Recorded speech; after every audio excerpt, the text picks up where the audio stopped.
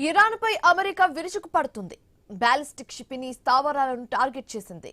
వాటిపై B-2 style బాంబర్లు ఉపయోగించింది. ఈ విషయాన్ని అమెరికా మిలిటరీ వెల్లడించింది. 2000 పౌండ్ల జరుపనున్న బాంబులను జారవిడిచినట్లుగా తెలుస్తుంది. గత ఏడాది జూన్లోనూ ఇరాన్ అణు కేంద్రాలపై దాడికి B-2 బాంబర్లను అమెరికా వాడింది.